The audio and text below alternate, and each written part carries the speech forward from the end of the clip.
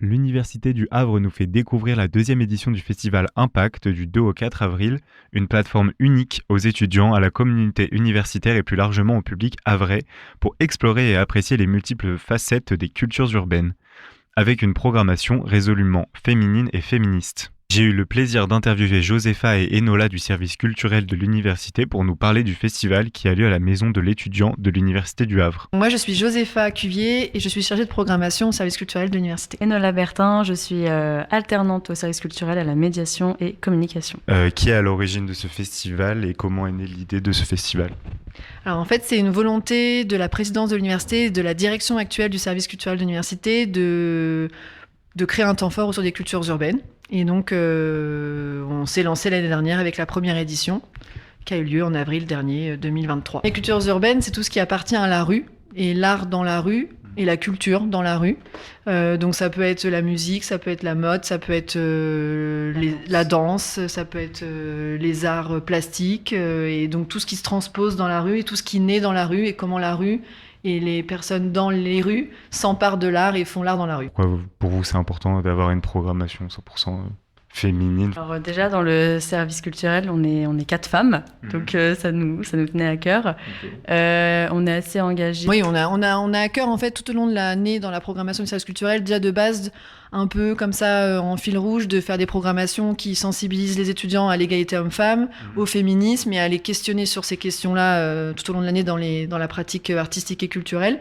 Et c'est vrai que du coup, on se rend compte que dans les cultures urbaines, il y a quand même une certaine domination masculine et que pour les femmes, c'est pas toujours évident de se faire une place, que ce soit en tant qu'artiste ou alors en tant que muse quand elles sont représentées dans les cultures urbaines.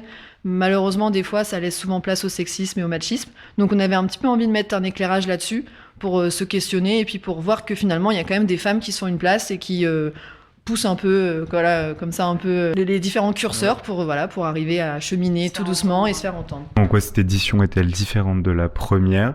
Du coup, que ce soit par rapport à la programmation, mais aussi s'il y a des petites nouveautés. Alors, l'année dernière, on était plus sur des initiations, de la découverte vraiment des cultures urbaines. Là, cette année, on a décidé de s'axer davantage sur la représentation de la femme dans les cultures urbaines. Ok, c'était féminin-masculin. Ouais, c'était une découverte. Toutes cultures urbaines confondues, il n'y avait pas spécialement d'axe particulier, C'était la première, donc comme c'était la première édition, on voulait vraiment d'abord poser un peu des jalons. Les cultures urbaines, c'est de la danse, c'est telle danse, c'est du street art, c'est du skate, il y avait plusieurs petites choses pour que les étudiants se fassent une idée globale de ce qu'est les cultures urbaines. Et là, cette année, on s'est dit, on va pas reproduire la même chose. Donc, on a choisi un thème. Okay. Et d'édition en édition, l'idée, ça serait effectivement d'avoir un fil rouge avec un thème qui permette de rassembler après de la programmation autour de ça. Ok. Est-ce qu'il y a une nouveité dans les activités, je veux dire ? Il n'y avait pas street art l'année dernière. Il y avait déjà du skate, mais qui a bien fonctionné. Donc, on s'est dit, il faut absolument réitérer sur la seconde édition et focaliser en plus sur les femmes parce qu'il y a de l'actu. Il y a de quoi faire et dire sur les femmes et le skate. Il y avait de la danse déjà, donc on reprend quand même les mêmes ingrédients, mais en affinant davantage les thèmes et les questionnements. C'est résolument engagé. Ce midi, on a eu du skate avec Ultra Skate Club. Ce soir, on a un atelier street art avec Petite Poissonne. Le but, c'est de créer ces phrases et ensuite de coller les pochoirs sur les murs, donc c'est des phrases assez fortes et pareil, assez engagées. Ensuite, nous avons une projection, donc bande de skateuses, justement pour accentuer la place des femmes dans cette pratique sportive. On aura la réalisatrice avec nous aussi pour débattre après. Mercredi 3, nous aurons du hip-hop, donc une performance le midi et ensuite un atelier par la suite. Et jeudi soir, une table ronde avec une philosophe, Benjamin Veil, 2 artistes, Vicky R et Le Z, et Dolores Baquela, qui sera présente. Et on conclura le festival avec un concert justement de Vicky R et du Z. Okay. Tout ça se passe ici à la maison de l'étudiant. Oui. Aussi le concert. Ok. L'année prochaine, il y aura sûrement une 3e édition. peut-être. Oui. On aimerait effectivement. Après, il faut qu'on réfléchisse aux thèmes qui pourraient motiver et justifier, entre guillemets. Enfin, on trouvera toujours des choses à dire, à faire, mais voilà, il faut qu'on voit dans le calendrier tout ça. Ouais. Mais oui, effectivement, le but, c'est de se dire qu'on poursuit à chaque année une édition. Et donc, on a déjà une petite idée pour l'année prochaine d'un thème et faut qu'on s'attelle à réfléchir. Déjà que la deuxième édition se termine. Oui, voilà.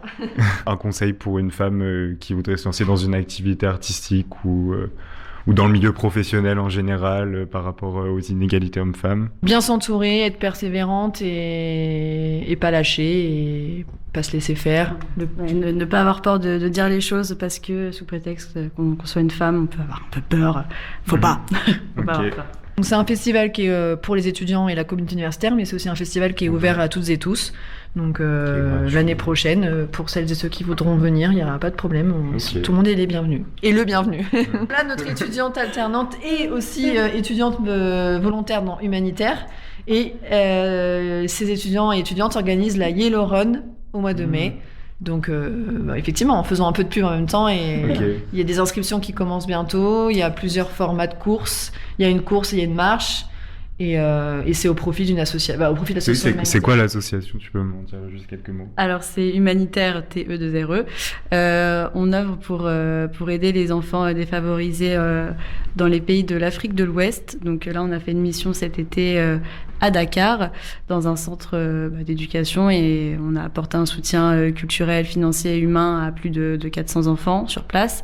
Et puis en 2025, on vise le Togo avec Africa Smile qui est sur place. Merci à Josepha et Enola pour ce moment de partage sur la seconde édition du festival Impact, et aussi une petite mention pour la Yellow Run du 19 mai 2024 prochain, une course où les bénéfices seront reversés à l'association humanitaire. Alors n'hésitez pas à vous inscrire.